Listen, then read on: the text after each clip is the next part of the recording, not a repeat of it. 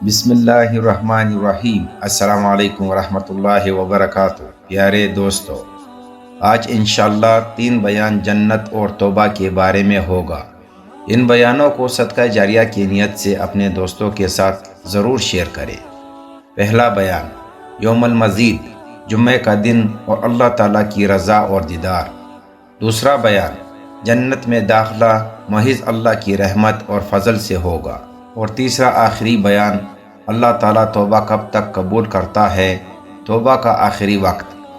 پہلا بیان، یوم المزید، جمعہ کا دن اور اللہ تعالیٰ کی رضا اور دیدار۔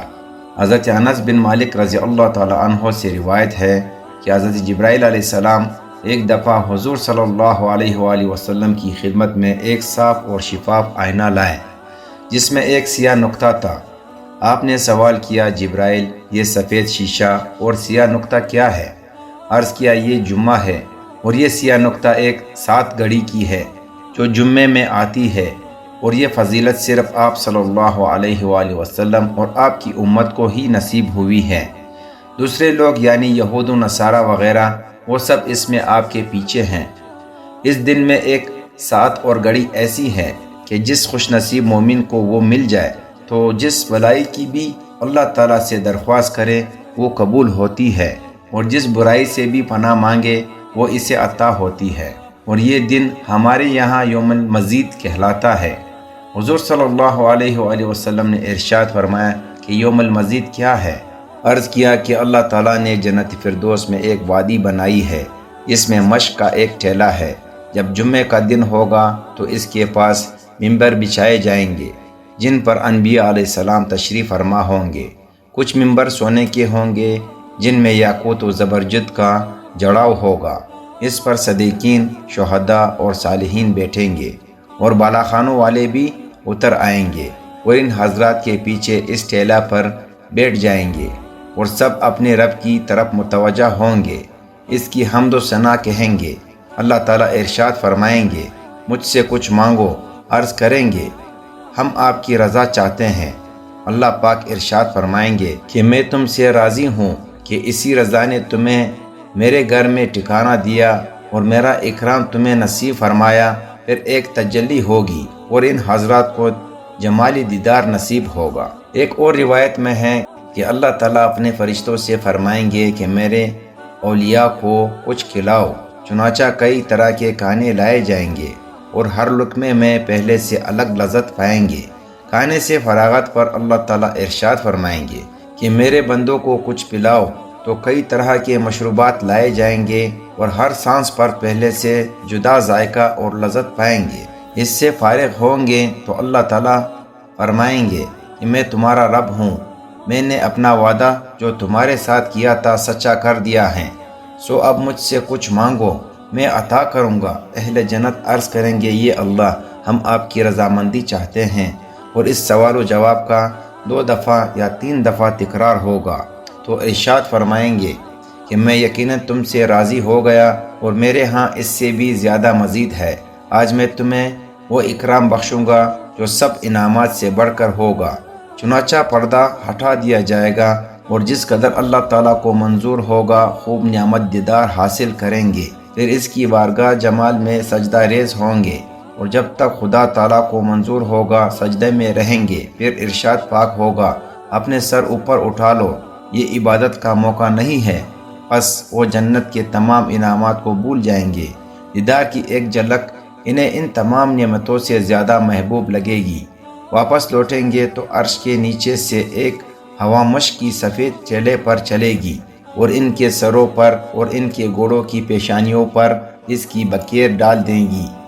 اہل خانہ میں واپس آئیں گے تو ان کی بیویاں ان کے حسن و جمال کا پہلے کی نسبت اضافہ دیکھ کر کہے گی کہ تم پہلے سے کہیں زیادہ حسین بن کر آئے ہو۔ اس لحاظ سے اہل جنت کو جمعے سے بڑھ کر کوئی دن بھی محبوب نہ ہوگا کہ جس میں انہیں مزید در مزید اعزاز و اکرام نصیب ہوگا۔ دوسرا بیان، جنت میں داخلہ محض اللہ کی رحمت اور فضل سے ہوگا۔ حضرت جابر بن عبداللہ انصاری رضی اللہ تعالیٰ عنہ سے راوی ہے کہ حضور اکرم صلی اللہ علیہ وآلہ وسلم ہمارے پاس تشریف لائے کہ ابھی ابھی حضرت جبرائیل علیہ السلام میرے پاس سے گئے ہیں اور کہتے تھے کہ اے محمد صلی اللہ علیہ وآلہ وسلم، اس ذات کی قسم جس نے آپ کو نبی برحق بنا کر بھیجا ہے، بے شک اللہ تعالیٰ کے بندوں میں سے ایک بندہ ہے جس نے اللہ تعالیٰ کی 500 برس ایک ایسے پہاڑ کی چوٹی پر عبادت کی جس کا طویل و عرض 30 مربع گز تھا۔ اس کو ہر طرف سے سمندر نے 4000 فرسخ تک گھیرا ہوا تھا۔ اللہ تعالیٰ نے اس کے لیے ایک انگلی کی عرض کی مقدار میٹھا چشمہ جاری کر رکھا تھا جو پہاڑ کی نچلی جانب واقع تھا، اور ایک انار کا درخت تھا جس کو ہر روز ایک انار لگتا تھا۔ جب شام ہوتی تو وہ اس چشمے پر آتا، وضو وغیرہ کے لیے پانی لیتا اور اس انار کو بھی توڑ کر کھا لیتا، پھر نماز کے لیے کھڑا ہو جاتا۔ اس نے اپنے رب کریم سے درخواست کی کہ اس کی روح بحالت سجدہ قبض کیا جائے اور زمین یا اور کوئی شے اس کی میت کو کچھ نہ کر سکے، حتیٰ کہ قیامت کو بحالت سجدہ ہی اس کا حشر ہو۔ اللہ تعالیٰ نے اس کی یہ درخواست قبول فرمائی، چنانچہ ہم اوپر سے اترتے اور واپس جاتے ہوئے اسے بدستور حالت سجدہ میں دیکھتے۔ نیز جبرائیل علیہ السلام نے بتایا کہ یہ بات ہمارے علم میں ہے کہ اسے قیامت کے دن اللہ تعالیٰ کے حضور کھڑا کیا جائے گا، تو اللہ تعالیٰ فرمائیں گے کہ میرے بندے کو میری رحمت سے جنت میں داخل کر دو، تو وہ بندہ کہے گا بلکہ میرے اعمال کی بنا پر۔ اس پر اللہ تعالیٰ فرشتوں سے فرمائیں گے کہ میرے بندے پر جو میرے انعامات ہیں ان کا اور اس کے اعمال کا حساب لگاؤ، تو ایک بینائی اور آنکھ کی نعمت اس کی حساب 500 برس کی عبادت پر غالب آ جائے گی، اور جسم کی دوسری نعمتیں ابھی باقی ہوگی، تو ارشاد ہوگا میرے بندے کو دوزخ میں داخل کر دو۔ چنانچہ اسے دوزخ کی طرف کھینچنے لگیں گے تو وہ پکار اٹھے گا، اے اللہ اپنی رحمت سے مجھے جنت میں داخل فرما۔ ارشاد ہوگا اسے واپس لاؤ۔ چنانچہ اسے باری تعالیٰ کے حضور کھڑا کر دیا جائے گا۔ ارشاد ہوگا میرے بندے تجھے کس نے پیدا کیا جبکہ تو کچھ بھی نہ تھا؟ عرض کرے گا یہ پروردگار تو نے ہی پیدا کیا۔ ارشاد ہوگا کیا تیرے عمل کے سبب تھا یا میری رحمت سے؟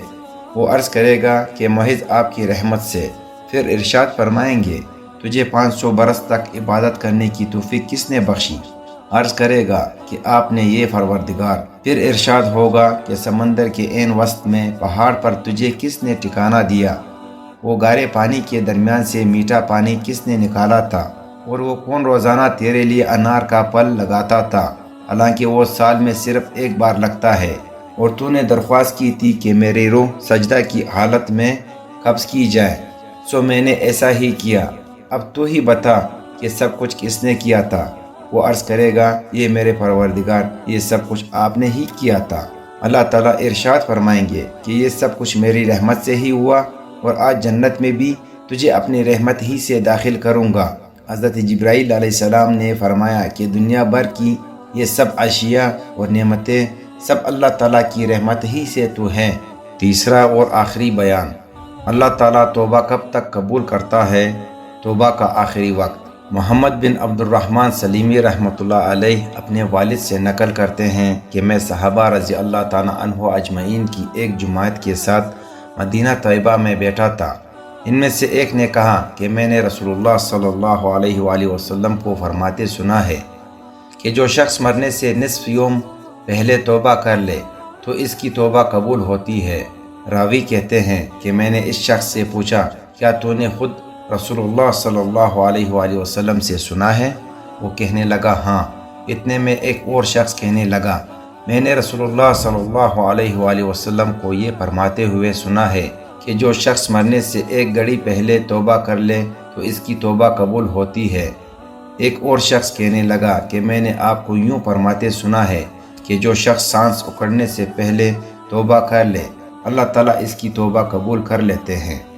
محمد بن مطرب رحمۃ اللہ علیہ فرماتے ہیں کہ اللہ تعالیٰ ارشاد فرماتے ہیں کہ ابن آدم پر تعجب ہے کہ گناہ کرتا ہے اور پھر مجھ سے بخشش چاہتا ہے تو میں اسے بخش دیتا ہوں، پھر گناہ کرتا ہے اور معافی چاہتا ہے تو میں معاف کر دیتا ہوں۔ کیسا عجیب ہے کہ نہ گناہ چھوڑتا ہے اور نہ ہی میری رحمت سے مایوس ہوتا ہے۔ میرے فرشتوں گواہ رہو کہ میں نے اسے بخش دیا۔ حضرت معقول رحمۃ اللہ علیہ فرماتے ہیں کہ میں نے سنا ہے کہ حضرت ابراہیم علیہ السلام کو جب آسمانوں کی بادشاہت کا مشاہدہ کرایا گیا تو آپ نے ایک شخص کو زنا کرتے دیکھا، اس کے لیے بددعا کی، اللہ تعالیٰ نے اسے ہلاک کر دیا۔